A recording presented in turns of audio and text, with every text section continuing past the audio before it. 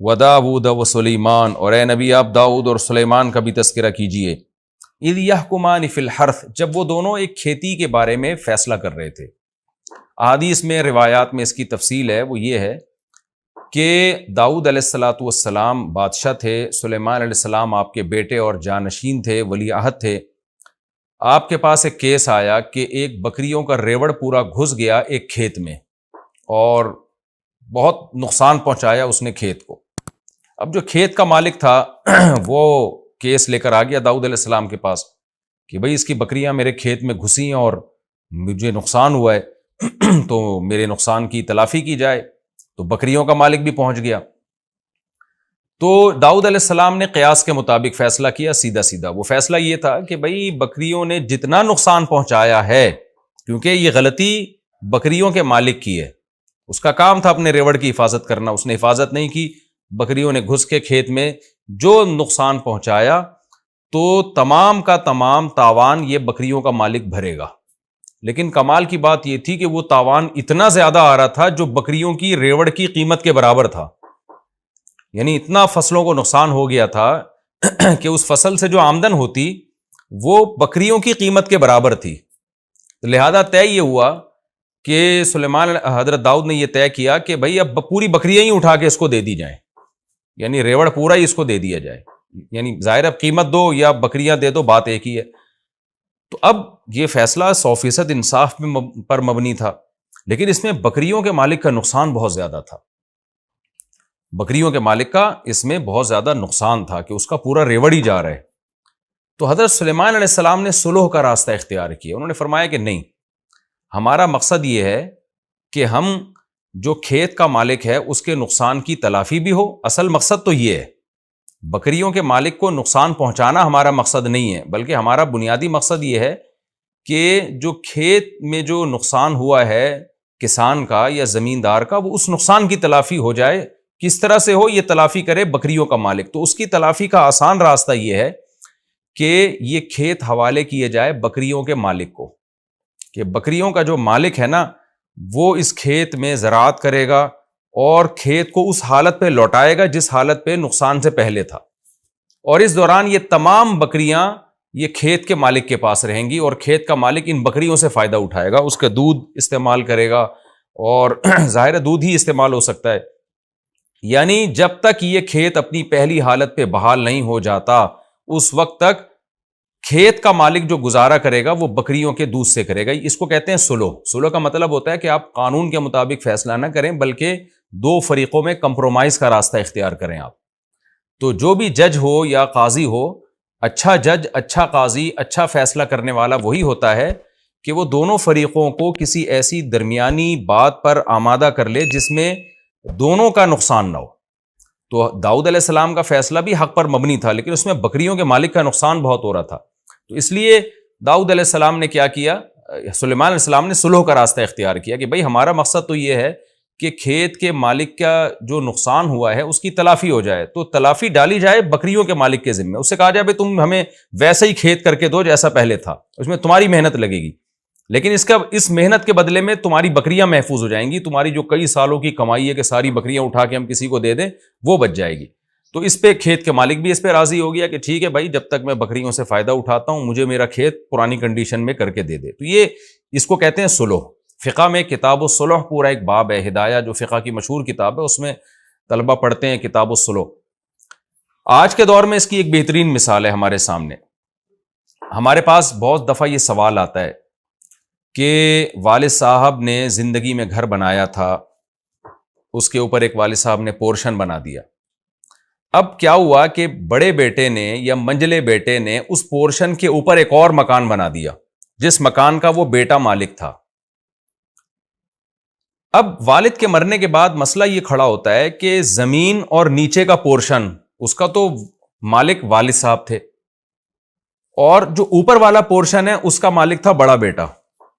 اب شریعت یہ کہتی ہے، قانون یہ کہتا ہے، مفتی جب فتویٰ دے گا تو یہ فتویٰ دے گا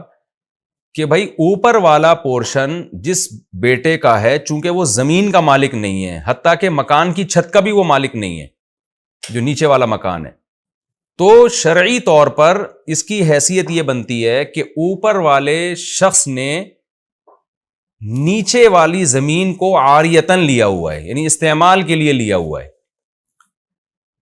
بھائی میں آپ کو اپنی بائک دیتا ہوں استعمال کے لیے، میں آپ کو اپنی گاڑی دیتا ہوں استعمال کے لیے، تو جو اپنی کوئی بھی چیز استعمال کے لیے کسی کو دیتا ہے اسے ہر وقت حق ہوتا ہے کہ وہ اپنی چیز واپس لے لے، چاہے وہ 100 سال کے لیے بھی دے، لیکن عاریتن دیا ہے نا تو حق ہے. میں آپ کو اپنی گاڑی دیتا ہوں استعمال کے لیے، بائک دیتا ہوں، میں کہتا ہوں جی میں نے آپ کو 20 سال کے لیے دی ہے، لیکن کل میرا دماغ گھوم جاتا ہے، میں کہتا ہوں جی واپس کرو، مجھے نہیں. یہ تو کیونکہ ایک تبرع ہے نا، احسان ہے، تو جب چاہیں آپ اپنی زمین واپس لے لیں، اپنی گاڑی واپس لے لیں. تو جیسے آپ کسی کو سواری کے لیے اپنی گاڑی دیتے ہیں تو عاریتن آپ کسی کو اپنی زمین بھی دے سکتے ہیں کہ بھئی یہ میری زمین ہے، اس پہ چاہو اپنا گھر بنا لو. اب کسی شخص نے آپ کی زمین پہ اپنا گھر بنا لیا تو آپ کو شریعت ہر وقت یہ حق دیتی ہے کہ آپ کسی بھی وقت اس سے کہہ سکتے ہو مجھے اپنی زمین چاہیے اور یہ مکان خالی، یعنی گھر توڑ کے لے جاؤ، بڑا ملبہ اٹھاؤ یہاں سے. یہ شرعی طور پہ حق ہے. تو جب بھی آپ کسی کے گھر پہ اپنا گھر بناتے ہیں تو خوب سمجھ لیں، جو نیچے کا جس کا پورشن ہے، جس کے پاس لینڈ ہے، جس کے پاس زمین ہے، اس کو یہ حق ہے کہ وہ کسی بھی ٹائم پہ آپ کو کہہ سکتا ہے کہ یہ مکان اوپر توڑ تاڑ کے لے جاؤ، میری زمین اور میری چھت مجھے خالی کر کے دو. یہ شرعی طور پر اس کو حق ہے. اب جب وراثت میں ہمارے پاس اس طرح کا مسئلہ آتا ہے تو ہم جواب لکھتے ہیں، وہ یہی اکثر مفتیان کرام جواب لکھتے ہیں کہ بھئی یہ جو اوپر والا جس نے پورشن بنایا ہے نا، اب نیچے والے وارثین اگر چاہتے ہیں کہ وہ یہ آرڈر دے دیں اوپر والے کو کہ بھئی یہ ہماری چھت خالی کرو اور یہ تم نے جو بنایا تھا یہ توڑ کے واپس لے جاؤ، تو ان کو یہ حق ہے. لیکن آپ کو پتہ ہے اس میں اوپر والے کا نقصان بہت ہے. اس نے لاکھوں روپے لگا کے ایک فلیٹ بنایا اور فتویٰ یہ دیا جا رہا ہے کہ جی توڑ کے لے جاؤ. تو پھر مفتی سلو کا راستہ یہ ایسی صورت میں اختیار کرتا ہے، جو ہم کرتے رہتے ہیں، لوگوں کو بتاتے رہتے ہیں کہ بھئی دیکھو، بجائے اس کے کہ آپ جس بھائی نے اوپر کا پورشن بنایا تھا اب اس کو توڑنے کا آرڈر دیا جائے گا، آرڈر دیں گے تو اس کو توڑنا پڑے گا، لیکن اس میں اس کا نقصان بہت ہے. تو ہم کوئی ایسی صورت اختیار کر لیتے ہیں جس میں اس کا بھی نقصان نہ ہو اور نیچے والوں کا بھی نقصان نہ ہو. تو اس میں پھر سلو کا راستہ اختیار کیا جاتا ہے. پھر یہ کہا جاتا ہے بھائی یہ دیکھا جائے کہ اوپر والے گھر اگر نہ ہوتا تو اس پورے مکان کی قیمت کیا ہوتی، اوپر والا گھر بننے کی وجہ سے اس پورشن کی قیمت کیا یعنی اس پورے مکان کی قیمت میں کتنا اضافہ ہوا ہے. تو آپ ایسا کریں کہ اوپر والے بھائی کو وہ قیمت دے کے وہ مکان اس سے لے لیں آپ، اور وہ وراثت میں اس کو شامل کر لیں. تو یہ بھی سلوح کا راستہ ہے. اس میں نہ اوپر والے کو نقصان ہوا نہ نیچے والے کو نقصان ہوا، اور توڑنے میں تو سب کا نقصان ہے. تو بعض دفعہ شرعی قانون ایک طرف رہنمائی کر رہا ہوتا ہے، لیکن جو ماہر مفتی ہوتے ہیں یا ماہر قاضی ہوتے ہیں وہ سلوح کا راستہ اختیار کرتے ہیں تاکہ دونوں فریقوں میں سے کسی کو بھی نقصان نہ ہو اور جو مقصد تھا نقصان سے بچانا وہ حاصل ہو جائے. تو یہ کتاب الصلح پورا ایک فقہ کے میں ایک پورا باب ہے، اور ہماری عدالتوں میں تو صلح کا کوئی سیٹ اپ ہے ہی نہیں. میرے پاس ایک دفعہ کیس آیا، مجھے یاد ہے کہ 2 شخص کا جھگڑا تھا، لاکھوں روپے کا ان کا مسئلہ چل رہا تھا. تو مجھے پتا تھا کہ اس میں جب ایک کے حق میں فیصلہ کیا جائے گا تو دوسرے کو بہت شدید نقصان ہوگا اس میں. تو وہاں اکثر ہم بھی صلح کا راستہ اختیار کرتے ہیں کہ بھئی کچھ دو کچھ لو کی پالیسی اختیار کر کے اس پھڈے کو ختم کرو.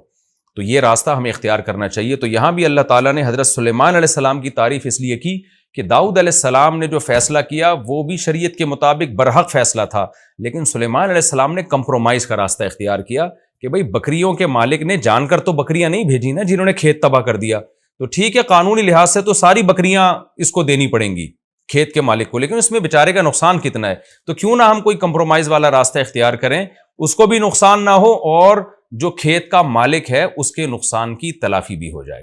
تو آج بھی بہت سے لوگوں کو نا بس وہ ٹو دا پوائنٹ بات کرنے کی عادت ہوتی ہے، اور وہ ایسے فیصلے کرتے ہیں کہ وہ سوسائٹی میں اس فیصلے کو لوگ قبول نہیں کرتے.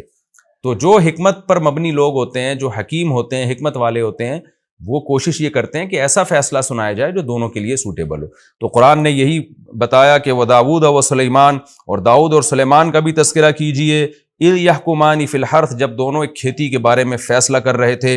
اِذْ نَفَشَتْ فِيهِ غَنَمُ الْقَوْمِ، جب قوم کی بکریاں اس میں، یعنی قوم سے مراد لوگوں کی بکریاں، کوئی خاص فرد تھا وہ مراد ہے، یعنی وہ ایک قوم ہی کا فرد تھا نا، وہ ان کی بکریوں کا ریوڑ اس میں گھس گیا. وَكُنَّا لِحُكْمِهِمْ شَاهِدِينَ، اور ہم سلیمان اور داؤد کے فیصلے کو دیکھ رہے تھے کون اس میں کیا فیصلہ کرتا ہے. فَفَهَّمْنَاهَا سلیمان، ہم نے سلیمان کو سکھا دیا، وہ سلیمان کے دل میں ہم نے ڈال دیا کہ اس طرح سے کرنا ہے. تو اللہ حضرت سلیمان کی تعریف اور یہ اس صلح کے راستے کی تعریف اللہ تعالیٰ اس لیے کر رہے ہیں تاکہ اس امت کی رہنمائی ہو، کہ امت بھی ہمیشہ صلح کے راستے کو اختیار کرے، صرف فیصلے تھوپنے والا کام نہ کرے۔ وَكُلًّا آتَيْنَا حُكْمًا وَعِلْمًا، اللہ کہتے ہیں اب ایسا نہ ہو کہ تم داؤد کی تمہاری نظر میں ویلیو کم ہو جائے کہ داؤد علیہ السلام کو تو پتہ نہیں تھا، سلیمان کو پتہ چل گیا۔ اللہ کہتے ہیں نہ، ہم نے دونوں کو حکمت اور علم دیا تھا، داؤد کو بھی سلیمان کو بھی، لیکن بعض دفعہ ایسے ہوتا ہے کہ اسپیسیفک کسی خاص واقعے میں کسی کی توجہ چلی جاتی ہے، کسی کی نہیں جاتی۔ تو اللہ کہتے ہیں داؤد بھی حکمت والے اور علم والے تھے، سلیمان بھی حکمت والے اور علم والے، لیکن اس واقعے میں ہم نے سلیمان کو زیادہ سیدھے راستے کی طرف رہنمائی کی۔ وَسَخَّرْنَا مَعَ دَاوُودَ الْجِبَالَ، اور ہم نے داؤد کے ساتھ پہاڑوں کو مسخر کر دیا۔ اچھا، اس پچھلے واقعے میں ایک سبق یہ بھی ملتا ہے کہ قرآن کہتا ہے کہ ہم نے سلیمان کو زیادہ اچھا سمجھایا، لیکن پھر قرآن داؤد علیہ السلام کی توہین سے بھی ہمیں بچا رہا ہے کہ تم یہ نہ سمجھو کہ داؤد کے پاس علم اور حکمت نہیں تھا، وہ بھی بڑے حکمت والے اور علم والے تھے۔ اس میں بھی اس طرف اشارہ ہے کہ بعض دفعہ ایک کم درجے کا شخص، اس کی توجہ کسی اچھے فیصلے کی طرف چلی جاتی ہے، اور جو زیادہ ذہین ہوتا ہے، زیادہ علم والا ہوتا ہے، اس کی توجہ نہیں جاتی۔ تو اس سے یہ ثابت نہیں ہو جاتا کہ جس کے دماغ میں اچھا خیال آیا وہ ہر لحاظ سے پہلے سے برتر ہے۔ بعض دفعہ ہوتا ہے کہ آپ زیادہ ذہین ہیں اور دوسرا کم درجے کا ذہین ہے، لیکن اس کم درجے کے ذہین کی توجہ چلی گئی اور آپ کی توجہ نہیں گئی، تو اس سے اس کم درجے والے کو یہ نہیں سمجھنا چاہیے کہ جی میں بہت ذہین ہوں یا میرے پاس علم زیادہ ہے۔ یہ جزیات ایسی ہیں کہ احیاناً اس طرح ہو جاتا ہے کہ ایک کم علم والے کی توجہ چلی جاتی ہے، زیادہ علم والے کی توجہ نہیں جاتی۔ وَسَخَّرْنَا مَعَ دَاوُودَ الْجِبَالَ، اللہ کہتے ہیں اور ہم نے داؤد کے ساتھ مسخر کر دیا تھا پہاڑوں کو۔ یسبحنا، کیسے مسخر کیا کہ پہاڑ بھی تسبیح بیان کیا کرتے تھے۔ دوسرے مقام پہ ہے نا قرآن میں، یا جبال اوبی معہ والطیر، اے پہاڑوں تم بھی داؤد کے ساتھ اللہ کی حمد و ثنا کرو، اور اے پرندوں تم بھی کرو۔ تو پہاڑ بھی تسبیح بیان کرتے تھے۔ دیکھیں قرآن سے پتہ چلتا ہے کہ اس کائنات کی ہر چیز اللہ کی تسبیح بیان کرتی ہے۔ سورہ نور میں ہے وَإِن مِّن شَيْءٍ إِلَّا يُسَبِّحُ بِحَمْدِهِ، ہر چیز اللہ کی تسبیح بیان کرتی ہے۔ تو سوال پیدا ہوتا ہے کہ جب ہر چیز تسبیح بیان کرتی ہے تو یہاں داؤد علیہ السلام کی کیا خصوصیت ہوئی کہ ہم نے پہاڑوں کو مسخر کیا اور وہ بھی تسبیح کرتے تھے؟ تو اس سے صاف پتہ چلتا ہے کہ ویسے تو ہر چیز بزبان حال اللہ کی تعریف کر رہی ہے، لیکن جو داؤد علیہ السلام کا معجزہ تھا وہ یہ تھا کہ باقاعدہ سبحان اللہ الحمدللہ کی پہاڑوں سے آوازیں آیا کرتی تھی۔ یہ معجزہ تھا داؤد علیہ السلام کا کہ داؤد علیہ السلام جب زبور تلاوت کرتے یا اللہ کی حمد و ثنا کرتے تو پہاڑوں سے بھی لا الہ الا اللہ کی اور پرندوں سے بھی لا الہ الا اللہ کی آوازیں آنا شروع ہو جایا کرتی تھی۔ وَكُنَّا فَاعِلِينَ، اللہ کہتے ہیں اور یہ سارے کام ہم کر رہے تھے۔ یہ بھی ایک اشکال کا جواب ہے کہ پہاڑ کیسے اللہ کی تسبیح بیان کر رہے ہیں، پرندے کیسے کر رہے ہیں؟ تو اللہ کہتے ہیں پرندہ نہیں کر سکتا زبان کے ذریعے کہ وہ زبان انسان کی سمجھ میں آئے، پہاڑ نہیں بول سکتا، لیکن یہ سارے کام ہم کر رہے تھے۔ اسی سے علماء نے استدلال کیا ہے کہ جتنے بھی معجزے پیغمبروں سے صادر ہوتے ہیں ان کا اصل فاعل اللہ ہوتا ہے، پیغمبر نہیں ہوتے۔ تو اس لیے اللہ کہہ رہے ہیں سارے کام میں کر رہا تھا، داؤد نہیں کر رہے تھے یہ سارے کام، کہ ان کے حکم پر پہاڑوں کا سے جو آواز آئی ہے تو یہ آواز ہم نے نکالی ہے پہاڑوں سے۔ وَعَلَّمْنَاهُ صَنْعَةَ لَبُوسٍ لَكُمْ، اللہ کہتے ہیں ہم نے داؤد کو سکھایا صنعۃ لبوس، لبوس کی تشریح میں کر چکا ہوں ترجمے میں، زرہیں جو جنگی لباس ہوتے ہیں نا، سر سے پاؤں تک انسان لوہے کا لباس پہن کے وہ ڈھک جاتا ہے، پھر دشمن کے لیے آپ کو تلوار تیر کے ذریعے نقصان پہنچانا بہت مشکل ہوتا ہے۔ تو اللہ کہتے ہیں ہم نے اے لوگوں تمہارے لیے، یعنی اے بنی اسرائیل یا اے اہل اسلام تمہارے لیے، تمہارے کا مطلب ان کا فائدہ ہم سب اٹھا رہے ہیں، جب زرہیں ایجاد ہو گئیں تو سب نے فائدہ اٹھایا اس کا، تمہارے لیے ہم نے یہ سب صنعت داؤد کو سکھائی، لِتُحْصِنَكُم مِّن بَأْسِكُم، تاکہ یہ زرہیں تمہیں تمہاری لڑائیوں میں محفوظ کریں۔ تو داؤد علیہ السلام کو اللہ نے زرہیں بنانا بھی سکھایا۔ فَهَلْ أَنْتُمْ شَاكِرُونَ، اللہ کہتے ہیں بتاؤ اب تم شکر ادا کرو گے؟ اس آیت سے یہ بھی پتہ چلتا ہے کہ دنیاوی علم کی بھی اللہ کی نظر میں بڑی ویلیو ہے۔ اب یہ زرہیں بنانا اور پہننا یہ جنگوں میں ڈیفنس کے کام آتی ہے یہ چیز، تو اللہ نے داؤد علیہ السلام کو یہ سب چیزیں سکھائیں تاکہ آپ جنگ میں اپنا دفاع مضبوطی سے کر سکیں۔ تو آج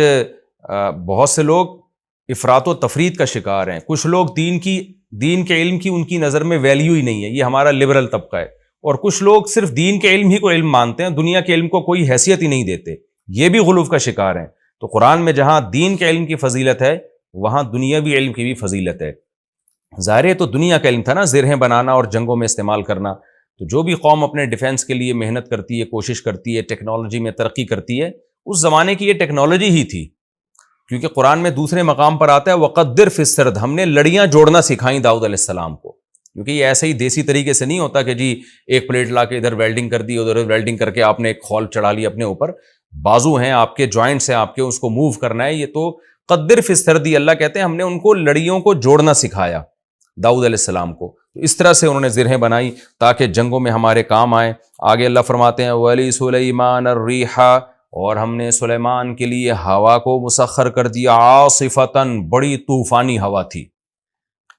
اچھا، قرآن میں ایک جگہ آتا ہے کہ رخاء، نرم ہوا تھی، اور ایک جگہ آتا ہے تیز ہوا تھی، عاصفہ تیز ہوا۔ تو علماء نے تطبیق دی ہے کہ وہ رفتار کے لحاظ سے تیز تھی لیکن اسموتھ ہونے کے اعتبار سے وہ نرم تھی،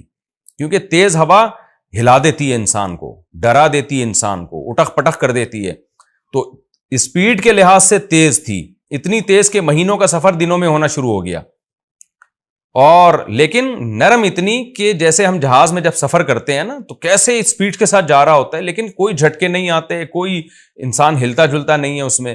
تو اس لحاظ سے وہ ہوا نرم تھی سلیمان علیہ السلام کے لیے۔ تجری بامرہ الی الارض التی بارکنا فیہا، یہ ہوائیں چلتی تھیں سلیمان کے حکم سے اس زمین کی طرف جس زمین میں ہم نے برکت رکھی ہے، یعنی ارض شام، بیت المقدس۔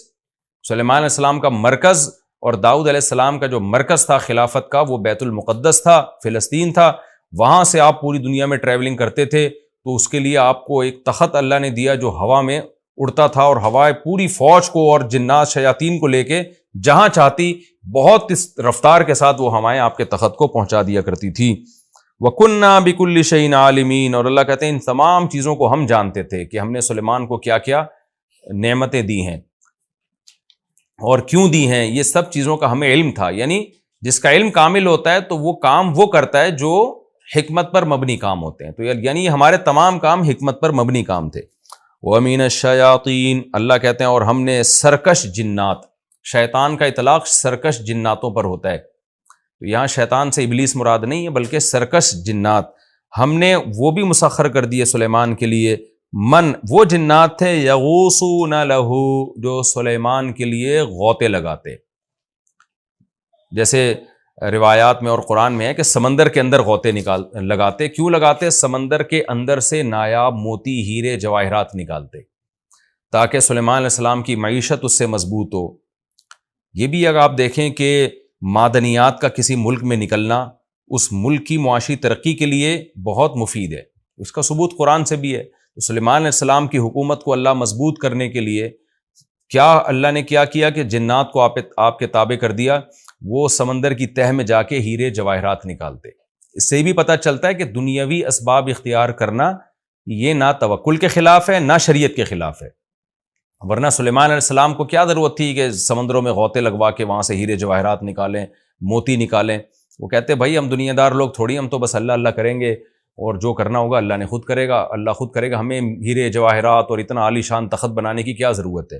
لیکن ایک اسٹیبل گورنمنٹ تھی سلیمان علیہ السلام کی، زبردست حکومت تھی، اور اللہ نے آپ کو مشن دیا تھا کہ پوری دنیا میں آپ نے اس حکومت کو قائم کرنا ہے، تو اس کے لیے اللہ نے آپ کو اسباب اور وسائل دیے۔ آگے اللہ فرماتے ہیں وَيَعْمَلُونَ عَمَلًا دُونَ ذَلِكَ، اور اس کے علاوہ بھی بہت سارے اعمال یہ شیاطین کیا کرتے تھے۔